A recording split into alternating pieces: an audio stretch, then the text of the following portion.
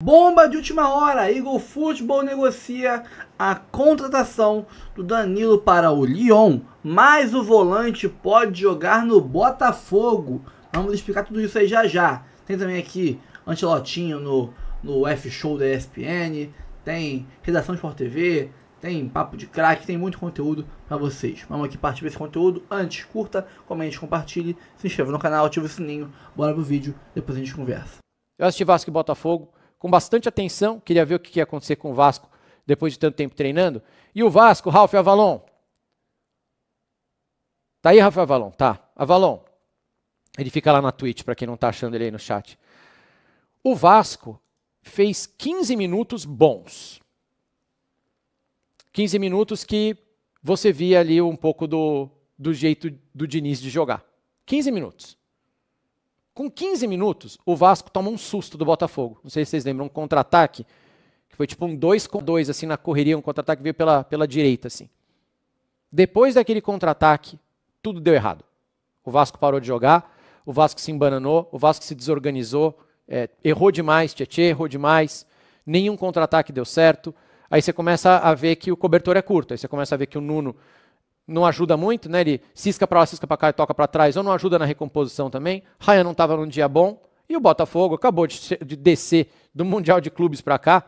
É um time que já vem jogando bem há bastante tempo. E o Vasco não vem jogando bem há bastante tempo. Então, o que ficou claro assim, para mim é que o Vasco está tendo uma crise de identidade ainda.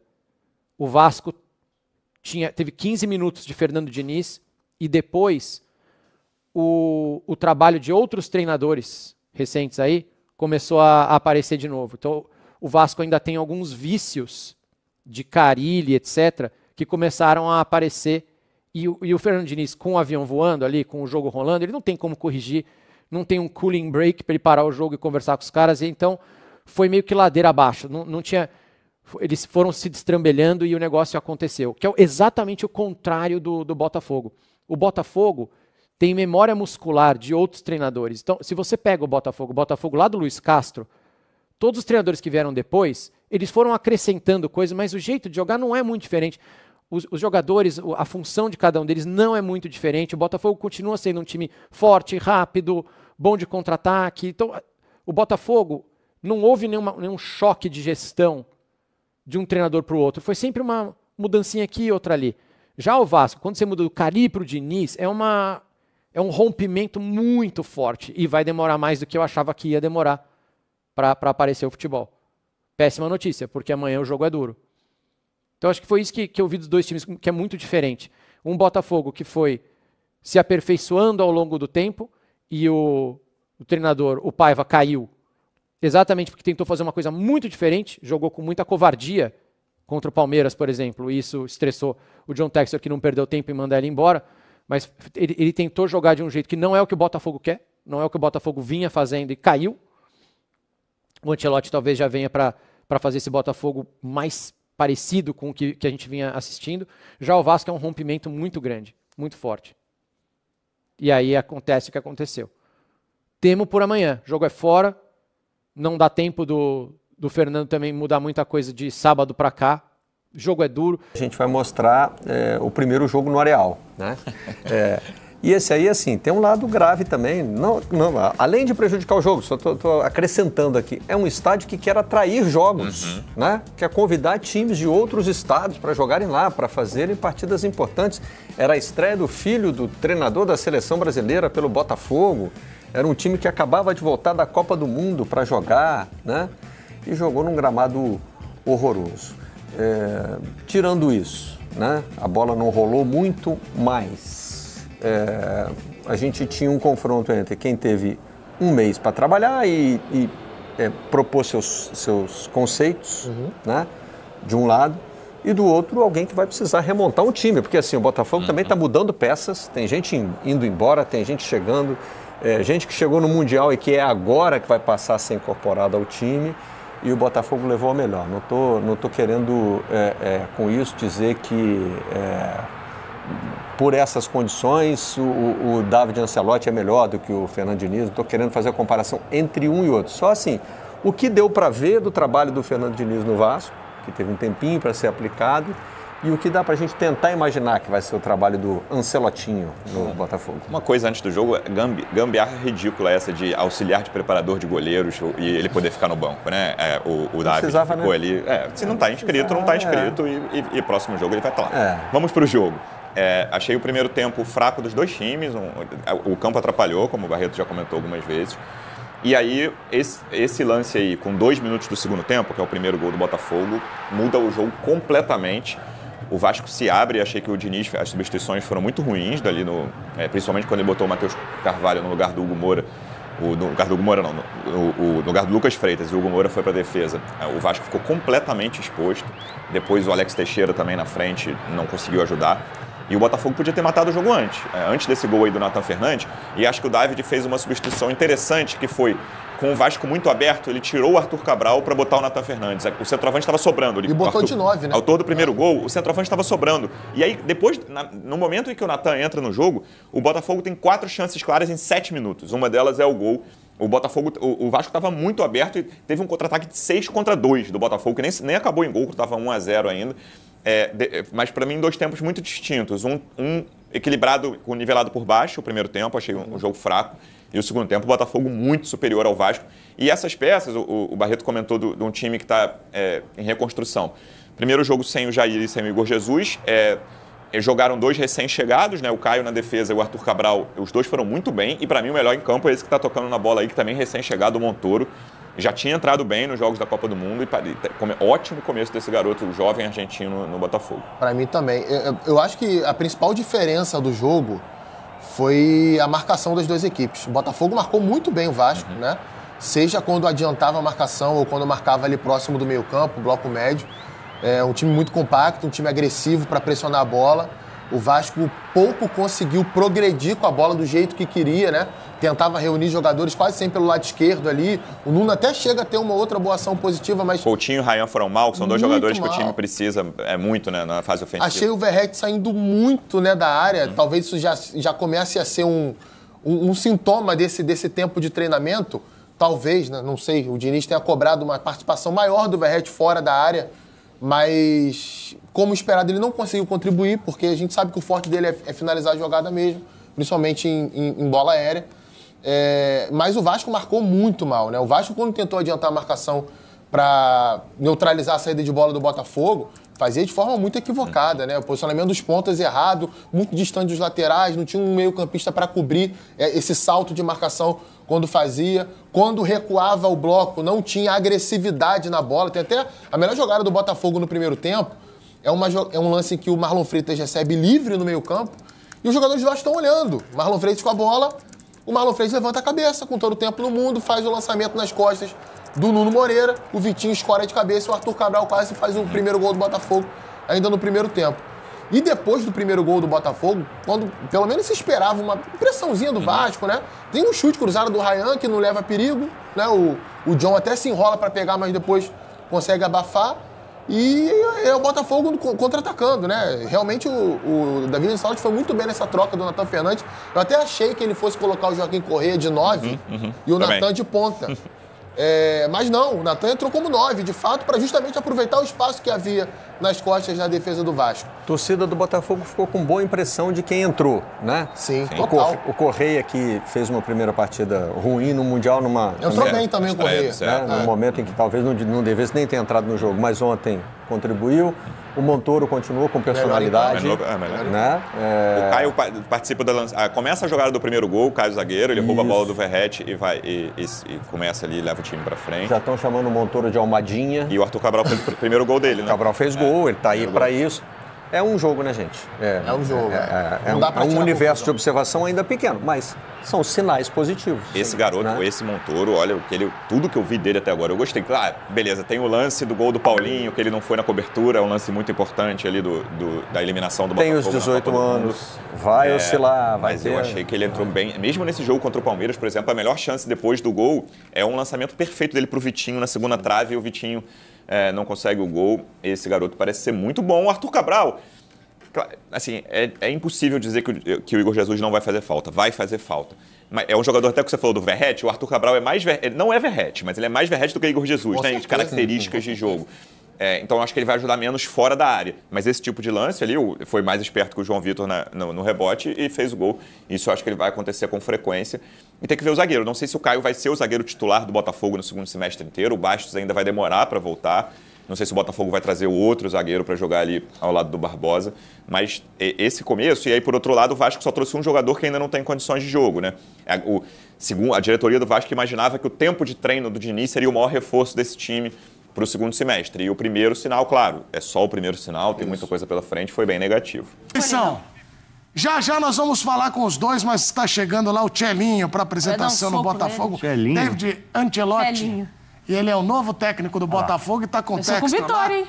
E olha lá, eles estão segurando a camisa. O Botafogo apresenta o seu novo treinador. Só eu aqui apostei no sucesso do Ancelotti. Não, senhor. Eu não tava aqui. O senhor falou que vai piorar. Eu não tava aqui. O Rodrigo Bueno. Não, esse é outro programa. Esse é outro programa. No dia que ele foi anunciado, todo mundo aqui, ele não tem experiência, não entende nada de futebol brasileiro. Aí eu fui falar, o Civinho não sabia nada do futebol da Albânia, lembra? Aí o único que falou assim, grande aposta. Visão global do Botafogo. Trazer o filho... Empresarial. Que tentativa. Pensa fora da caixinha. Esse é o Botafogo do Textor. Boa sorte, Ancelotti. Ele está sendo apresentado, vai sentar ali para... Começou com vitória em clássico. Pois é. Importante. E você gostou? O Caçapa estava junto com ele, né? Ajudou bem, né? O Caçapa, para mim... Gente boa, né? Eu estive lá no Lyon, né? Eu estive visitando lá o Caçapa. O cara recebeu a gente ali. Assim... Cara, só faltou colocar tapete pra gente ali. E um cara sensacional e que estava muito bem quando saiu. Né? Então, acho que agora eu critiquei o Textor bastante e agora tenho que aplaudir por ele, pela manutenção do Caçapa. Vamos ouvir. Cláudio, né? Cláudio Caçapa. Vamos ouvir o Textor com a tradução... Volante do Palmeiras. Com a tradução simultânea de Natália Ferrão, nossas relações públicas. Vamos lá. Energy, the creativity, seen on the pitch the other night at Vasco. I know it's just the beginning of many things to come, so very happy to have you. Thank you very much. Boa tarde a todos. O John agradece a presença de todos aqui para a apresentação do novo treinador. David, muito bem-vindo ao Glorioso, clube mais tradicional do Brasil. Toda a sua ambição, a criatividade, a energia que foi vista no campo contra o Vasco, a gente sabe que é apenas o começo. Pipocando, sabe? I'm going to go ahead and just sort of take questions and rather than sort of give a speech. I have a pretty good understanding. You're going to ask me why we made this decision, and so why don't we get started with questions? A gente vai começar diretamente com as perguntas, em vez de uma falante, porque a gente sabe que as perguntas vão ser direcionadas ao treinador.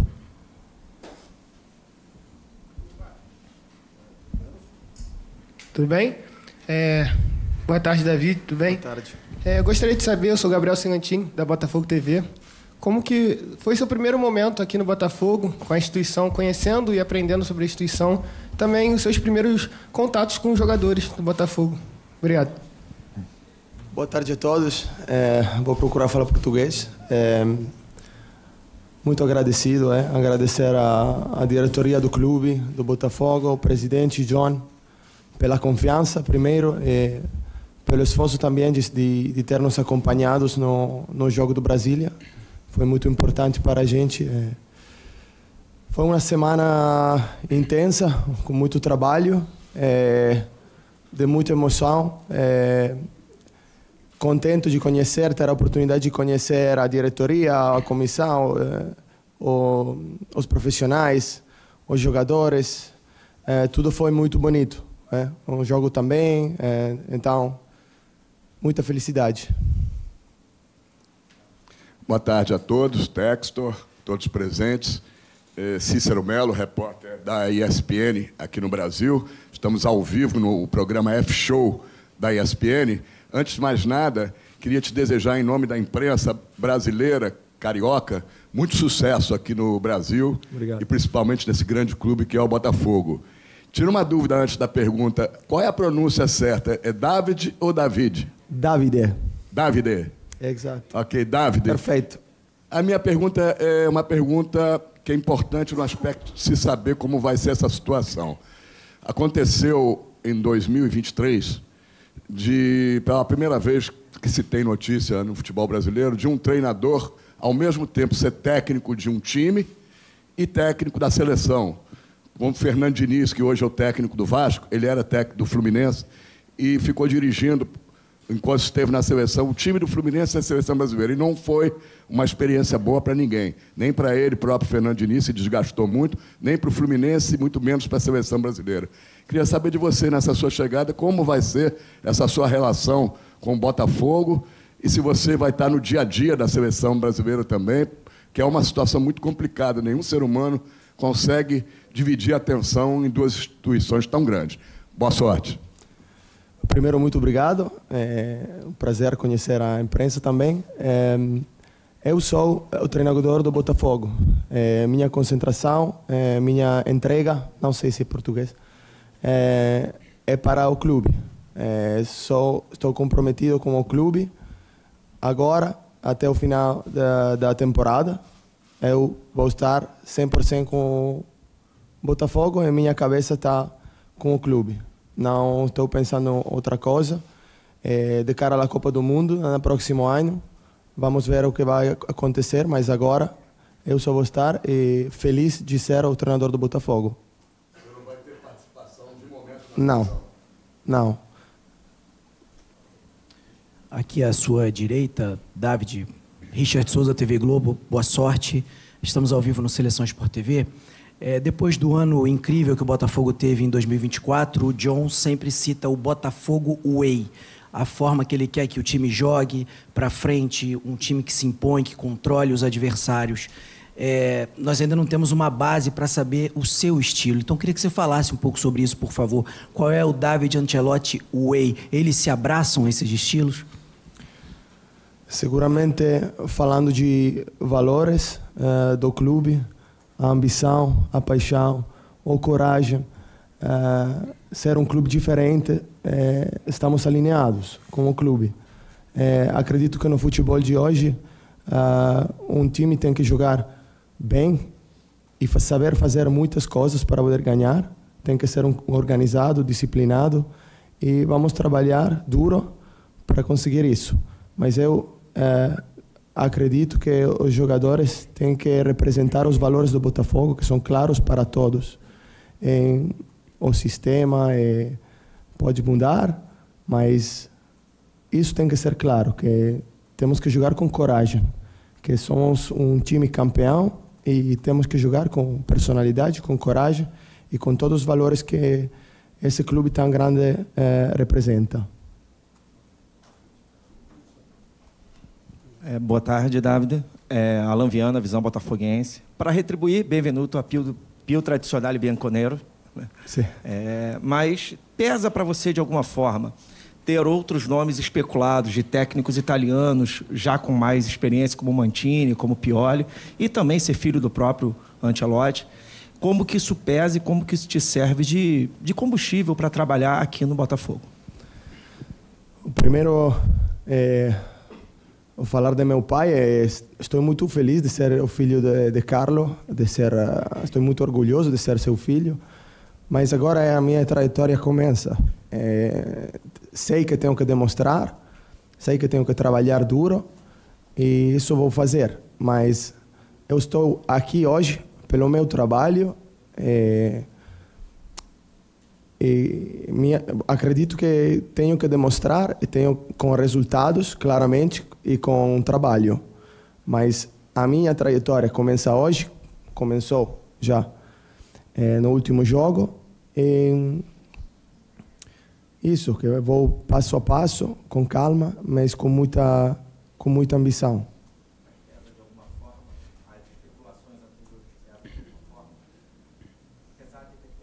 Sim.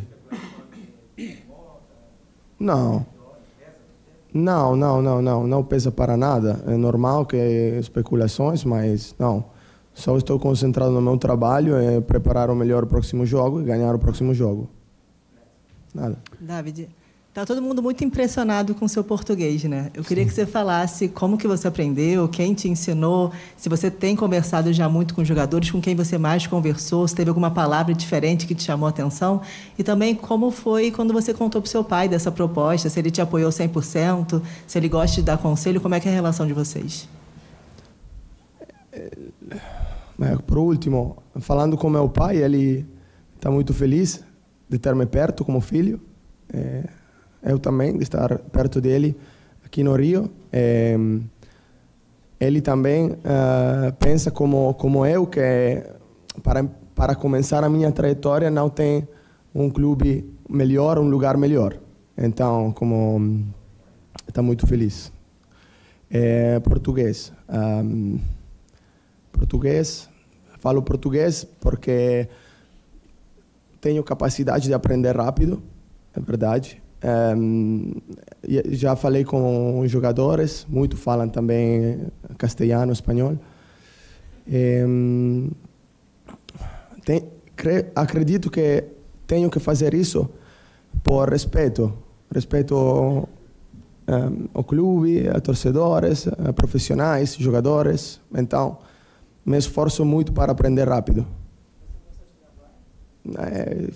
Sim, quando eu fui na seleção em junho, eu não sabia uma palavra, mas agora falo um pouco mais.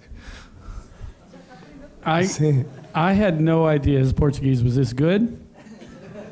And he said, I speak Portuguese. It looks good because it sounds good. Yeah, I had no idea it was this good. Yeah. So it's a great bonus. I'm very, very happy.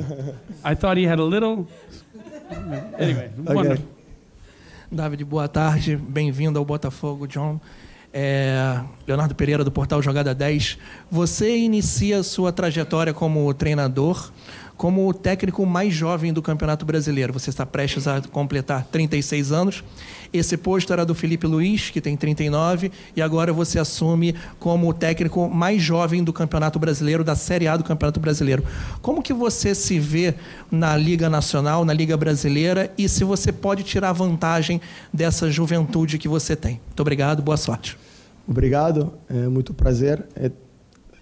É verdade que sou jovem, mas tenho muitos anos trabalhando no futebol. Então, agora é verdade que cheguei a semana passada e os profissionais do clube procuram de me ajudar muito. Gosto muito da ajuda da comissão presente, Cláudio, os analistas de desempenho, para ter informações sobre as equipes daqui. E tenho informações muito boas. Minha comissão técnica também. Então, ser jovem tem sua coisa positiva e também coisas que não ter experiência. Posso cometer erros, vou cometer erros, tenho que cometer erros para crescer, mas todo mundo, estamos em um ambiente onde todo mundo está crescendo. Como clube, eu como treinador, quero crescer do lado do Botafogo também. David, aqui. Muito bem, olha que legal a apresentação do novo técnico do Botafogo, o David Ancelotti. Que ele tenha muita sorte. Eu gostei que ele falou, aprendi português e respeito. Foi poucos meses ele foi. Em um mês. Eu estudei, eu tenho toda a escola eu fiz no português. Pra chegar nesse nível que eu tô, que é mais ou menos, em um mês ele tá falando português melhor que eu, cara. Eu não ia chegar nesse mas é um tapa na cara da sociedade. A gente estuda português inteiro e comete erro, ele em um mês já voando, né? Mas ele falou, ele tem facilidade de aprender. Mas é muita facilidade. Mas tem algumas pessoas que tem.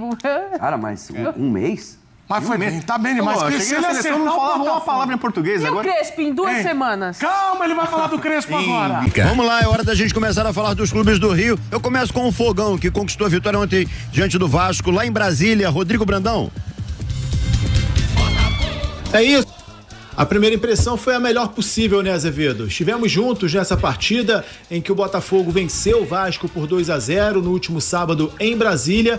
Jogo de estreia do técnico italiano David Ancelotti. Ele esteve no banco de reservas, mas não como treinador. Ele assinou a súmula como auxiliar de preparação de goleiros, já que ele não foi regularizado a tempo no bid da CBF, mas pôde orientar o Caçapa e este repassou as orientações do técnico italiano aos jogadores dentro de campo.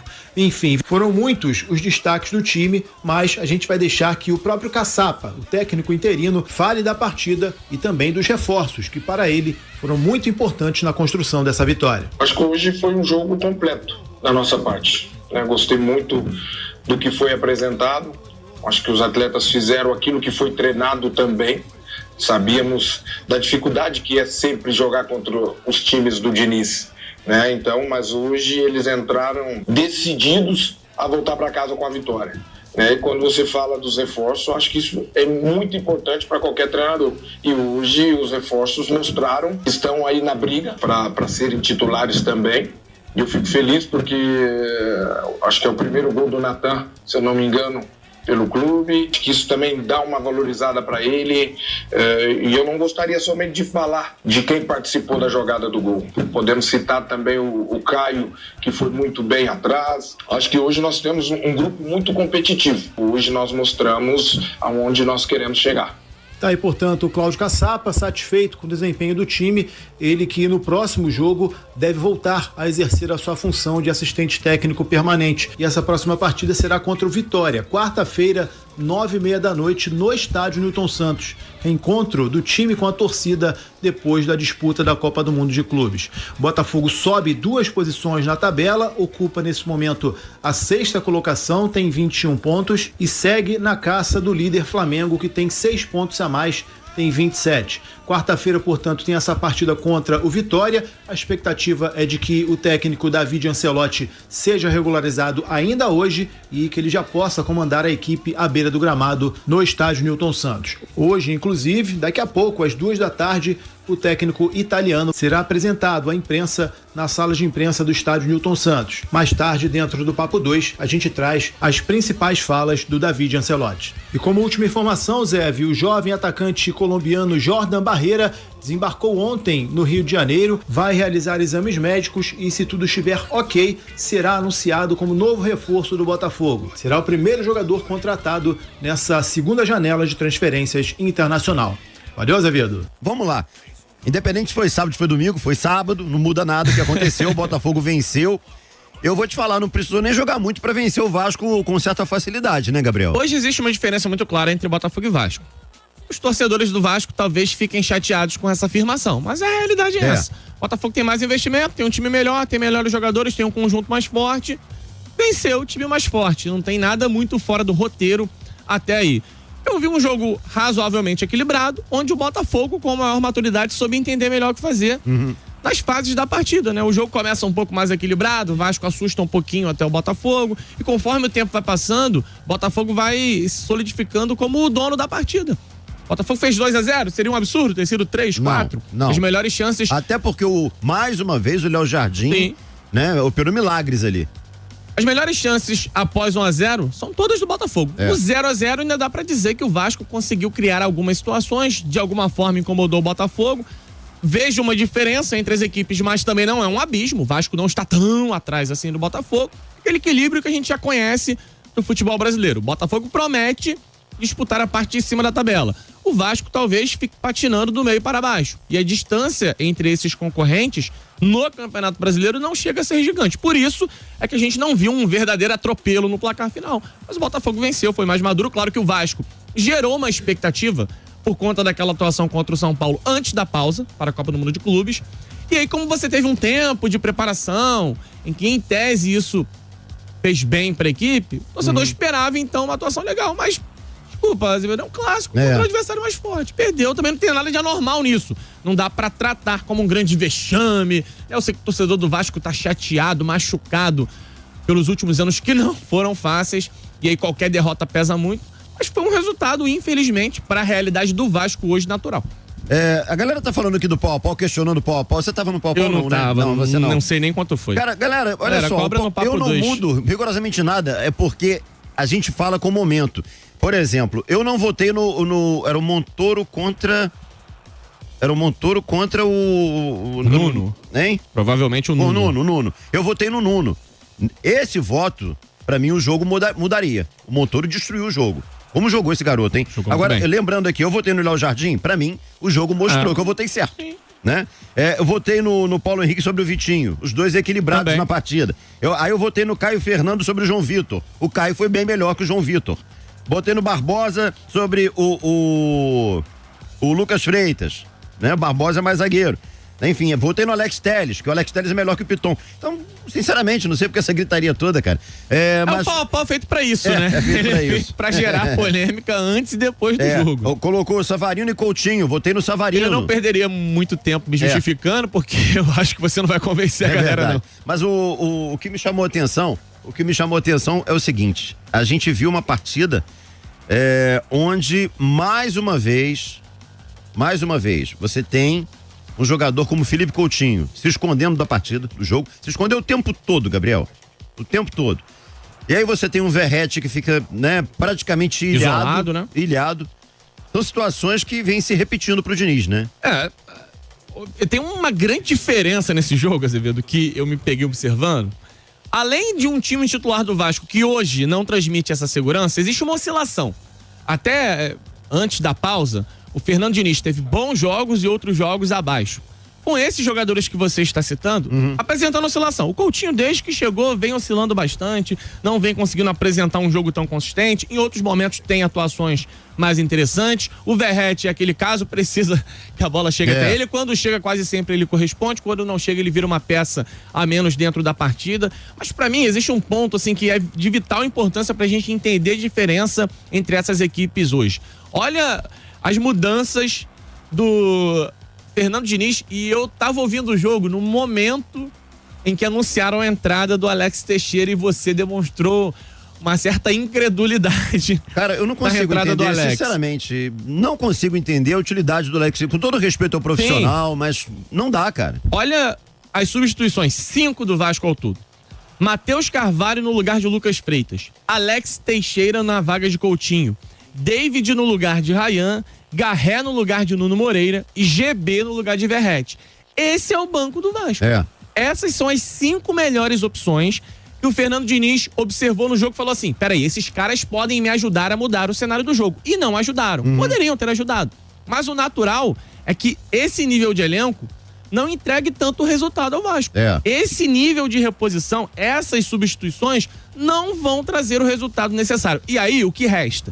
Encaixar desde o início com a equipe titular, que tem, obviamente, mais qualidade, já não é esse colosso todo em relação a ser um time de futebol, mas tem um pouco mais de qualidade. Quando não funciona, tem que olhar pro banco.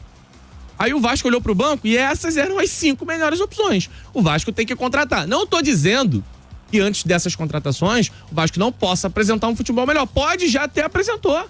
Vamos lembrar de novo, Vasco e São Paulo no Morumbi, bela atuação, outros bons jogos do Diniz, principalmente aquele contra o Fortaleza, por exemplo. O Vasco já teve boas atuações com esse elenco, mas ele ainda é extremamente limitado. O tempo passou, o Vasco só anunciou o Thiago Mendes, que é um bom jogador, mas não sei se vai resolver todos os problemas do Vasco. É preciso ir ao mercado. Algumas situações bem importantes já foram resolvidas, né? O Jardim renovar, né? O Ryan tá se aproximando de um acordo, enfim, outros jogadores importantes ficam, mas o Vasco precisa ampliar a qualidade para isso, para quando não dá certo logo de cara, você pensar em olhar pro banco e entender que existem opções que vão te trazer resultado. E hoje o Vasco não tem essas opções no elenco.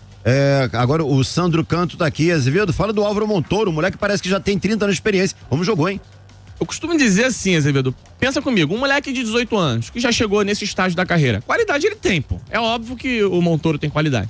A questão é, você vai se adaptar rapidamente? Você vai demonstrar personalidade para se adaptar a um futebol brasileiro que hoje exige até bem mais do que o futebol argentino, onde o Montoro vem jogando? Essa é a cobrança que a gente tem que tomar cuidado quando vê um moleque, olha pra cara do Montoro, olha pra carinha dele, é um garoto. Quando esse garoto chega aqui, a gente tem que tomar cuidado com o nível de cobrança, porque nem todo moleque com 18 anos bota a bola embaixo do braço e resolve partidas de alto nível. E o Montoro, claro, tá muito cedo, ainda é pouco para tomar uma conclusão, mas ele chegou com muita personalidade. E é a personalidade que determina se aquele moleque que tá subindo ao profissional vai render tudo o que se imagina, ou se ele vai ficar no meio termo, ou se ele não vai deslanchar.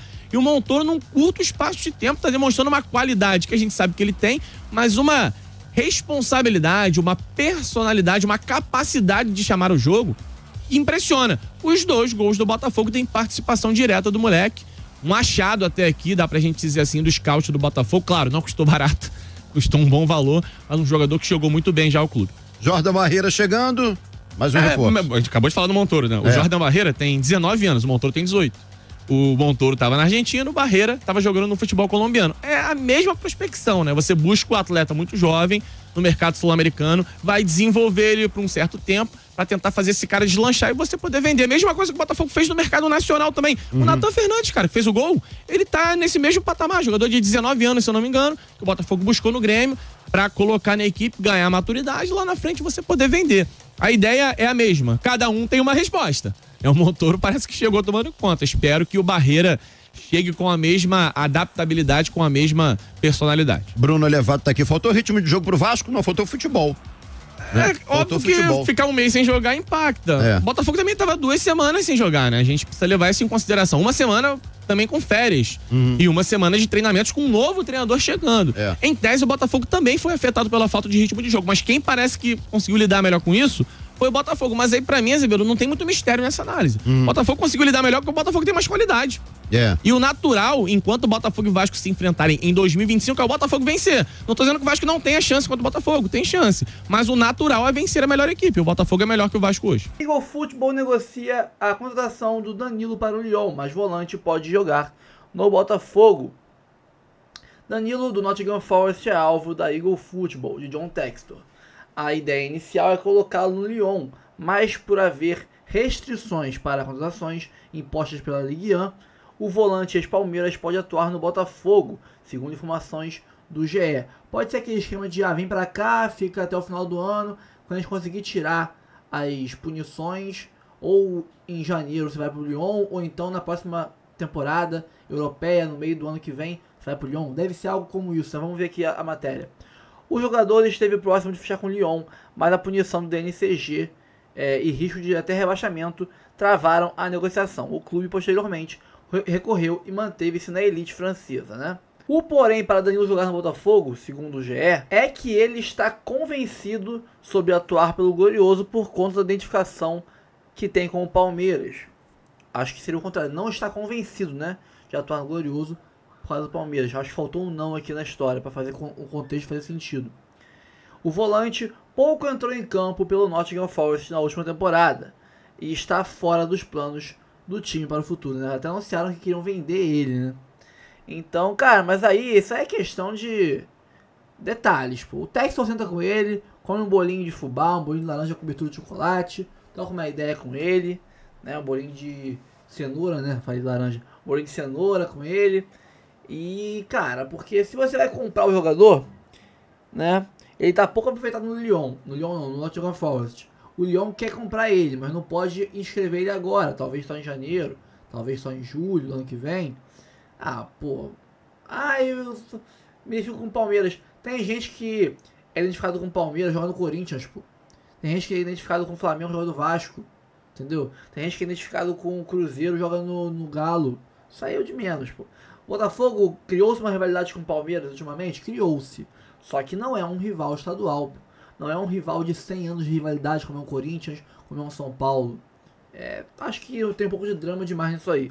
Acho que se o Textor quiser mesmo sentar com ele, negociar, convencer ele, ele consegue. É uma coisinha muito pequena pra impedir um cara que tem carinho pelo Palmeiras de jogar no Botafogo. Parece que até que são, né, Flamengo e Vasco. Eu não acho que é pra tanto não.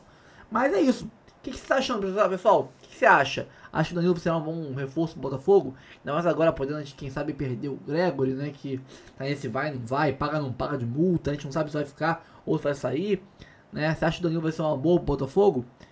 Comentários abertos aí, deixa sua opinião, vamos trocar uma ideia. Tá? Fico por aqui. Curta, comente, compartilhe, se inscreva no canal, ative o sininho. Vamos aqui editar, preparar o próximo vídeo para daqui a pouco ter mais conteúdo no canal. Tamo junto, ativa o sininho, porque toda hora tem vídeo no canal. Fui, um abraço. Calma, não vai embora ainda. Aqui em cima tem um vídeo especialmente escolhido para você. E aqui embaixo tem o último vídeo que a gente postou. Corre lá e assiste, é maneiro. E aqui você vai se inscrever no canal. Clica aqui, se inscreve no canal, dá essa moral pra gente. Tamo junto.